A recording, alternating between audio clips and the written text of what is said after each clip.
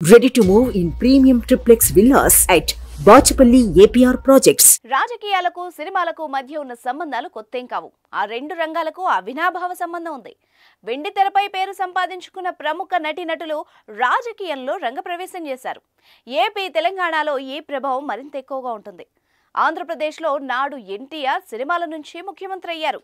తమిళనాడులో ఎంజీఆర్, జయలలిత, కరుణానిధి వంటి నేతలు సీఎంగా పనిచేశారు. ఇటీవల పేరొందిన నటులే కానక్కర్లేదు, చిన్న చిన్న క్యారెక్టర్ ఆర్టిస్టులు కూడా రాజకీయానికి సై అంటున్నారు. హీరోయిన్లు సైతం ఒక్క ఛాన్స్ అంటూ మైక్ పట్టుకుని ఓట్లు అడుగుతున్నారు. తాజాగా మరో హీరోయిన్ రాజకీయాల్లోకి ప్రవేశించేందుకు సిద్ధమైంది.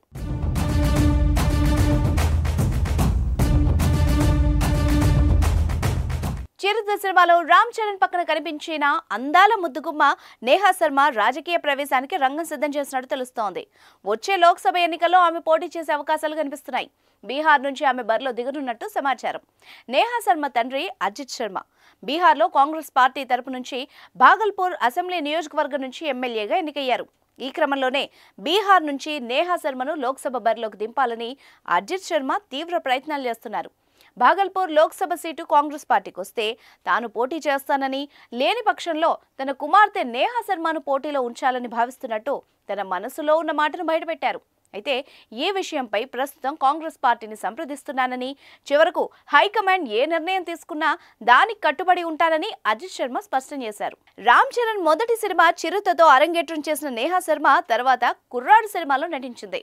తర్వాత టాలీవుడ్ కు దూరమై పలు బాలీవుడ్, తమిళ, మలయాళీ సినిమాల్లో నటించింది. అన్నీ ఓకే అయితే ఎంపీ ఎన్నికల్లో నేహా శర్మ తన అదృష్టాన్ని పరీక్షించుకోనుంది.